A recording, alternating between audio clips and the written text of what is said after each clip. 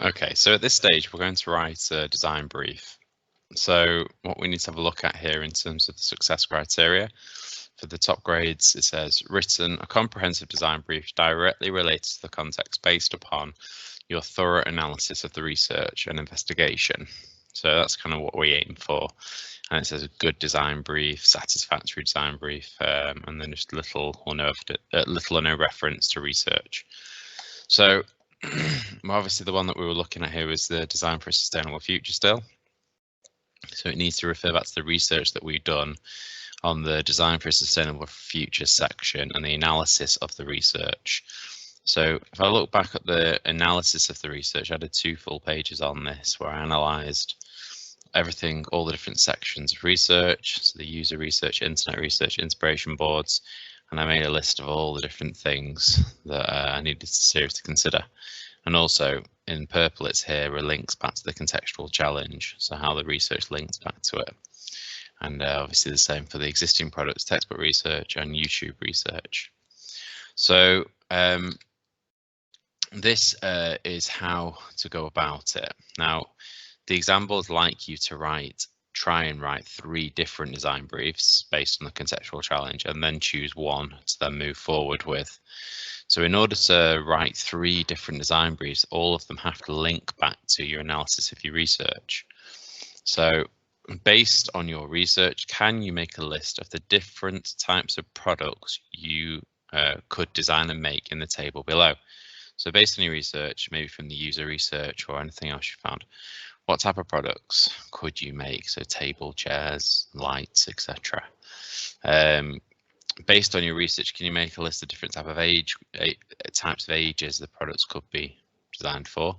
So, you know, if it's saying you're doing it for adults, well, you could be a bit more specific than that. Is it adults? Could it be for the elderly? Could it be for young adults? Adults with children, etc. So it's got to be related to that. So you could keep it open and say young children as well.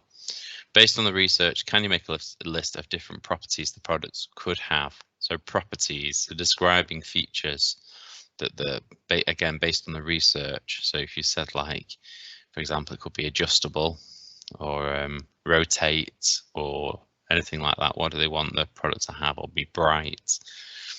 And then this one is about location. So where could the product be used? Again, based on your research. Cost, or was cost mentioned? You know, obviously different products cost different things. So if you've got like a light, did you ask like questions about how much maybe they'd be prepared to spend on a light, or a table or a chair, or all these things have different costs. So kind of put down a range of different cost options related to what you've discussed in your research. Weight, again, it needs to be dead specific. So heavy, light, moderate, these types of words, you know, it will have an effect depending on the different things that you're making. Size, again, kept fairly open at this stage. Large, medium, small, tiny, etc. Manufacture, so we're talking about scale of production here. So mass production, batch production, one-off, continuous, etc. And then materials. So, but again, from the research, do you find out about any materials that have been used, such as pallets or bamboo or whatever?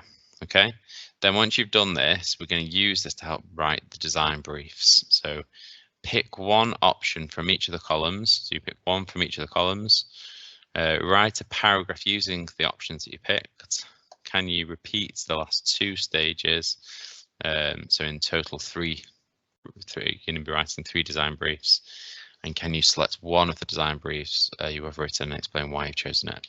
So here's my example. So you can see, if we look at the red, I picked chair from here, adult, flat packed, playground, below £100, light, small, mass, bamboo, and I've turned that into a paragraph. So design and make a chair for adults. So chair for adults, that will be sold flat pack. It must be suitable to take on a playground. At below £100 to buy. The chair will be lightweight. So lightweight here and small. The products must be mass produced and made from bamboo. So mass produced and bamboo. So that's one design brief. It has to be brief. Don't overcomplicate it with too much detail. Don't be explaining too much at this stage. It's kept fairly open.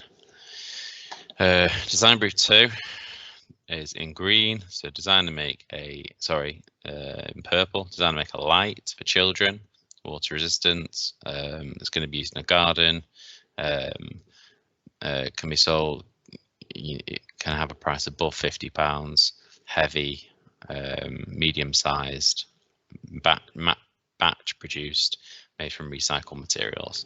So it's a fairly simple process. You just use these words to write a design brief, and the same for the last one. Design to make a table for teenagers that's multifunctional.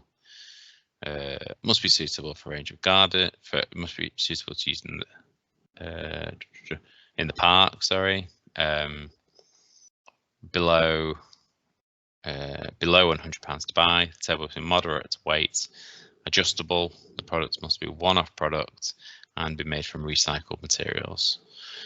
And then finally, chosen design brief. I've chosen the first design brief. I might make it for a garden instead of a playground. I think the fact that it will be sold flat pack and be made from a very sustainable material like bamboo will really help to make the product, to make a sustainable product.